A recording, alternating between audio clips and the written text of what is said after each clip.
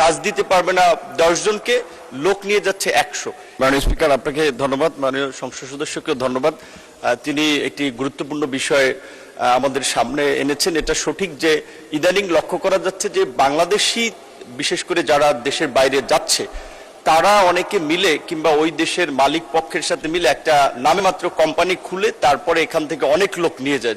দেখা যায় সে কাজ দিতে পারবে না 10 জনকে, লোক নিয়ে যাচ্ছে 100। এখান থেকে কিন্তু বিজনেস করতেছে তারা।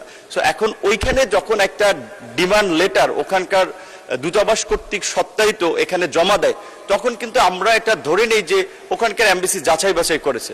তো আমাদের যেটা একটু গ্যাপ আছে আমি মনে করি, আমাদের ওখানকার যারা দূতাবাস বিশেষ করে ওই দেশগুলোতে আছেন তাদের একটু কঠোর নজরদারি, মনিটরিং এবং যাচাই বাছাই প্রয়োজন। এই বিষয়ে আমরা পররাষ্ট্র মন্ত্রণালয়ে যৌথভাবে কাজ করছি। আমাদের মন্ত্রণালয়ের অধীনে 27টি দেশে 30টি শ্রম কল্যাণ উইং রয়েছে। এখানে যে জনবল এবং প্রকৃত অর্থে তাদেরকে যে ফিনান্সিয়াল সাপোর্ট দেওয়া হয় সেটা এই কাজের জন্য যথেষ্ট নয়। আমরা এই বাজেটে সরকারের কাছে বরাদ্দ চেয়েছি আমাদের মন্ত্রণালয়ের লোকবল বাড়ানোর পাশাপাশি আমাদের পররাষ্ট্র মন্ত্রণালয়ের মাধ্যমে আমাদের রেগুলার ডিপ্লোমেসির পাশাপাশি মাইগ্রেশন ডিপ্লোমেসিকে আমরা গুরুত্ব দিচ্ছি। আশা করি আমরা কিছু এখানে প্রতিকারমূলক ব্যবস্থা ভবিষ্যতে নিতে পারবো। ধন্যবাদ।